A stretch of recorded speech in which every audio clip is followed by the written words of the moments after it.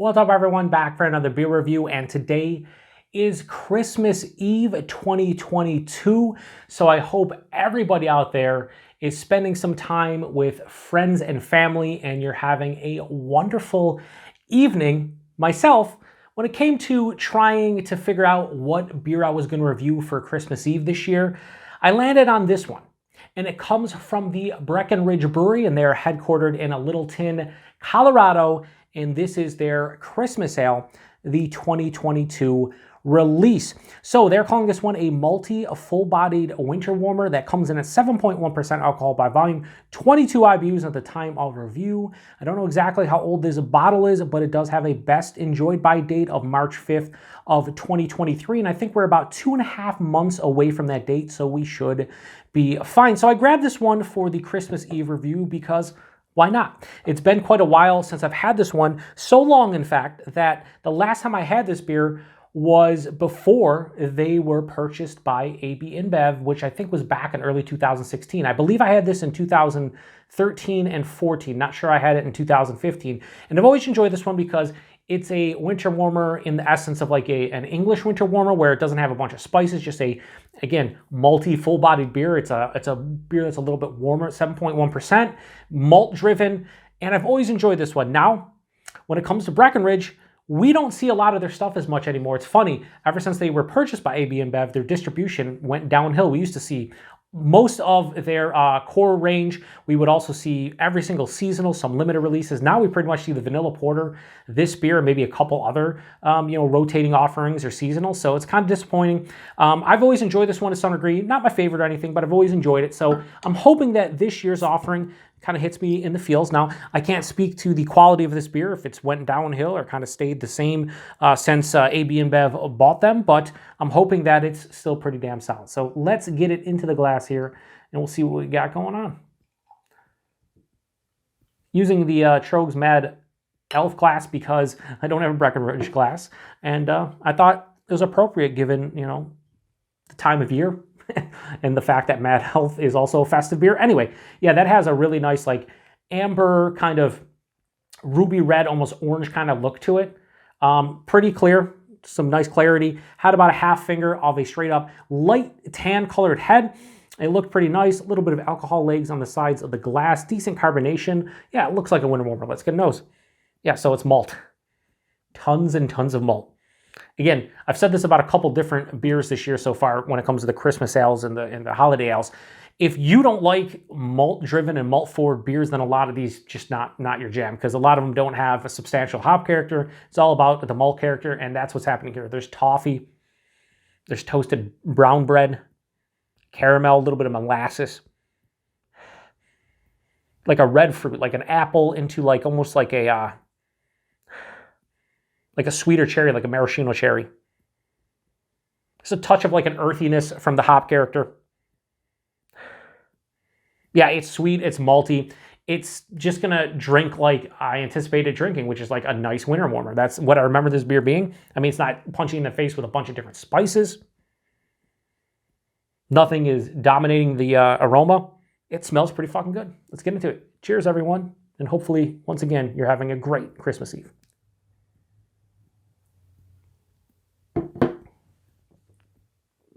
This reminds me so much like a slightly bigger Samuel Smith's Winter Welcome Ale, which I reviewed, I think it was on December 1st or 2nd this year.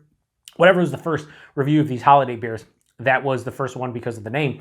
And this just kind of drinks like that beer, but maybe a little bit bigger because it is, I think the Winter Welcome Ale is like 6% and this is 7.1, so a little bit bigger. I don't think it's as complex as that beer, which is kind of crazy, but kind of in that realm. Bite in this one, they say full-bodied. No.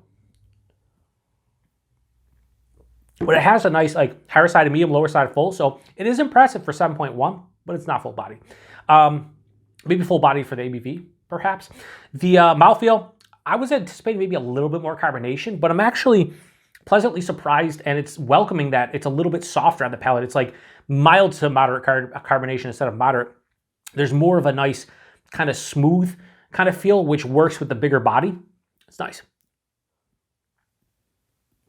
The taste, not as complex as the nose. I think it's a little bit let down from the nose, honestly. But there's a lot of like, malty goodness here. There's toasted brown bread, a little bit more toffee than anything. And that red fruit's there, like a red apple core into like a maraschino cherry, something in that realm, like a red fruit. Maybe even a slight touch of like a cranberry. So kind of a festive fruitiness. That's all the first half of the palate. As it passes through, there's more of a substantial earthiness, and there's like a semi to full-on dry feeling. This is mildly bitter, maybe a touch over mildly bitter. That has that earthy bitterness, maybe even almost like a piney, sprucey thing, but very, very subdued. It's more of a semi to full-on dry finish, though. 7.1%, you can't tell. I mean, to me, I would actually, and it's going to be different for everybody out there. It depends on, like, if your palate's acclimated to booze, there's a lot of factors. For me, I'm getting a little bit of a warming into the chest, but very minute.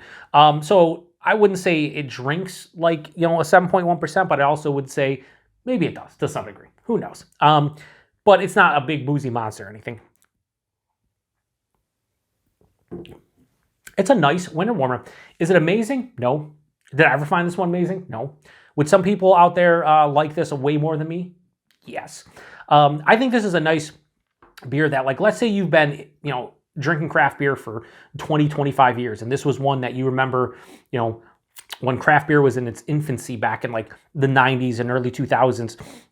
Maybe this is one that you would buy a 6-pack of every year, or you would maybe even buy like a case of it or whatever and drink one every day or something. This has nostalgia written all over it for somebody who, maybe this was like their first seasonal beer that they enjoyed. And I totally get that. There's beers like that for me here in the Buffalo, New York area, so I totally get that. But at the end of the day, for me, rating on this one, I'm not going to go substantially high, but I'm going to give it a little higher than I used to. I used to give this like around a 3.5. But the Christmas Ale, the 2022 release from Breckenridge, I have no issues giving this one. I'm going to actually give this a high 3.75 and go 3.85 out of 5. Almost like it's in a low 4. I wish there's a little bit more complexity to the taste. If the nose would have carried over, this is a 4 out of 5 all day, as is a 3.85. I mean, it's nothing amazing, but I appreciate beers like this. You got to always appreciate the beers that came before you. So when I drink old seasonals, there's the nostalgia factor, and you have to understand what you're drinking. Here is a no-frills, malt-forward winter warmer. And they've pretty much hit the nail on the head. If you're going stylistically, this is like a 4.4 or 4.5. They've done a great job with it. But like personal preference is a 3.85.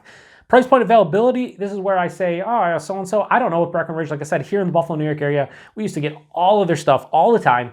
And now we pretty much don't get much at all. I'm happy we still see this. Again, we get the vanilla porter, but they brew a lot more and different beers than I used to drink, and I would love to try them, but we just don't see their stuff all that often. And price point, I think this was $10.99 a 6-pack. I think I paid like $1.89 or $1.99 for that bottle, so fine by me. The price point is pretty good for something that's 7.1%. So if you've had this one before, whether it was a prior vintage or this year's, please post in the comment section. Let me know what you thought about it, especially if you've had this one since it's changed over and they were bought by AB InBev. Have you noticed a drop off of this beer to what it was previously? Because again, I'm trying to harken back 7, 8, 9 years ago. I remember this one being very similar. I do feel like I like it more, but my palate's in a completely different place, so take that for what it's worth. But I don't feel like the drop-off has probably been significant, if at all, for this beer specifically, but I could be 100% wrong because it happens, and I'm wrong quite a bit. Anyway, once again, hopefully everybody out there is having a fantastic Christmas Eve tomorrow. We're coming back with the Christmas Day review, which will be a Delirium Noel, which I haven't had in a hot minute, and I always remember loving that beer. It was delicious, so hopefully it's the same. Anyway, hopefully everybody has a great Christmas. Until tomorrow. Cheers. Happy holidays. Merry Christmas.